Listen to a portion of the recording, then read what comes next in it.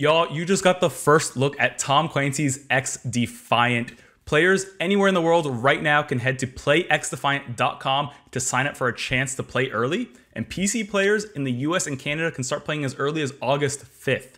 But until then, we got some more details on the game.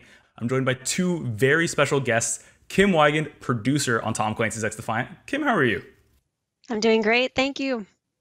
And Mark Rubin, executive producer on the game. Mark, thanks so much for joining us. Thank you for having us. So, I want to get into things. I want to get into some of the details because this is a new look for Tom Clancy. Can you tell us a little bit more about this direction? So we wanted to make a game that had at its core a strong expectation of quality around gameplay. Movement, aiming, shooting, etc. All needed to feel grounded and realistic, but also smooth and reactive. And we felt that matched up really well with the Clancy universe. But we wanted to bring a very different take on the attitude that is, I would say, normally associated with Clancy.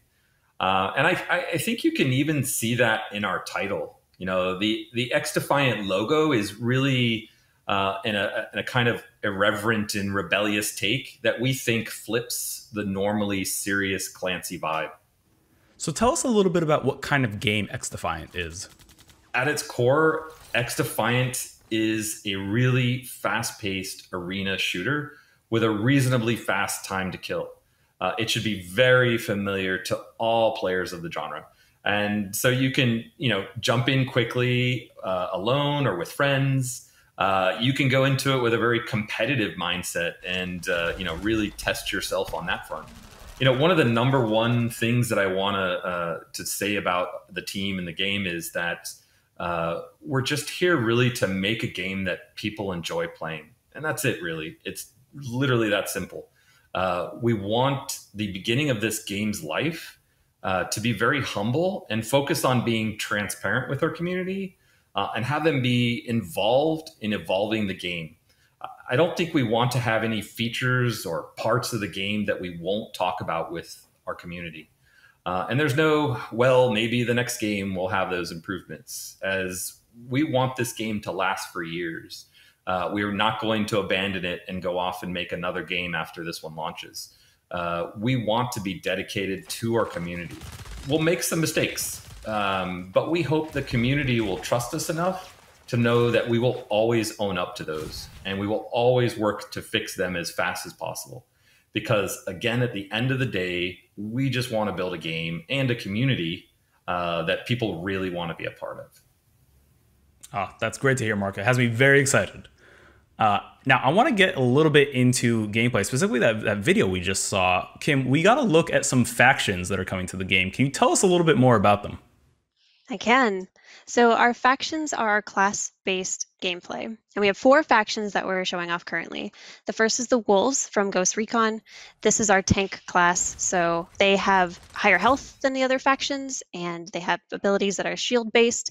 We also have 2 factions from the Division. The first is the Cleaners, our fire-based high DPS assault class, and we have the Outcasts, which is our healing faction.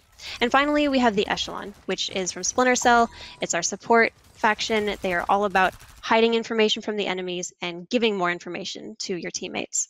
Now, our factions have some key elements.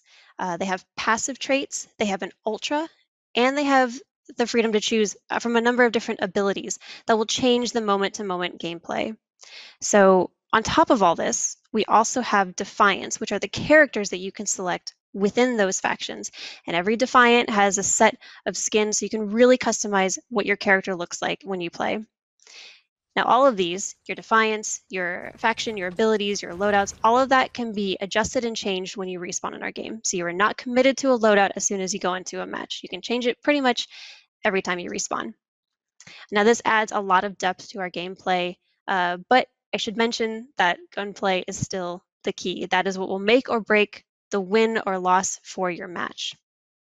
And I think the final note is we're going to continue to add to this roster of factions, defiance, abilities, loadouts, and we really want to hear from you all, the people who are going to play our game, what you want to see.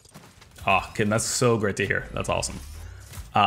Mark, I want to ask you now, tell us a little bit about the different maps and modes coming to Xdefiant. I can give you some details too. But let me first talk about the maps, because I love what our team has done.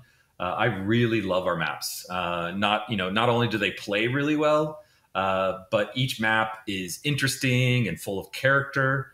They are all really unique and beautiful locations. And I think this is an area where our Snowdrop engine really shines. And as we start seeing all of the maps for launch and beyond, I think you'll see that we're pulling inspiration from many different games, pretty much in the same way we did with our factions. Now for some details. In the upcoming closed test, we're going to have 10 maps available that will be divided into 7 standard arena maps and 3 linear maps. And then for modes, we'll have 3 different modes for arena maps. That's domination, ringleader, and upload.